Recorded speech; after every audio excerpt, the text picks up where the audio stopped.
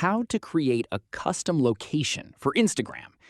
Um, since Instagram gets its locations from Facebook, you'll need to create the location there first. First, open the Facebook app and make sure you're signed into the same account that's linked to your Instagram, if applicable.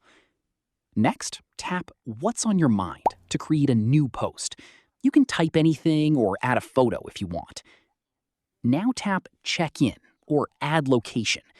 In the search bar, type the name of the location you want to create.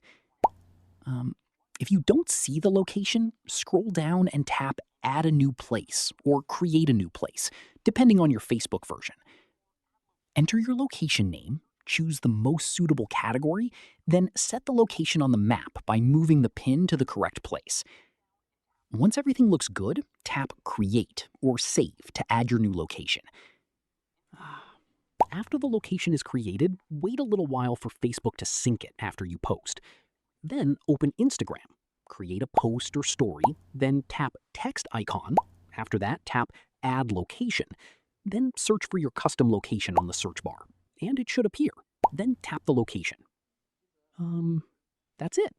If this tutorial helped you, don't forget to like, subscribe, and turn on notifications for more Android how-to tutorials.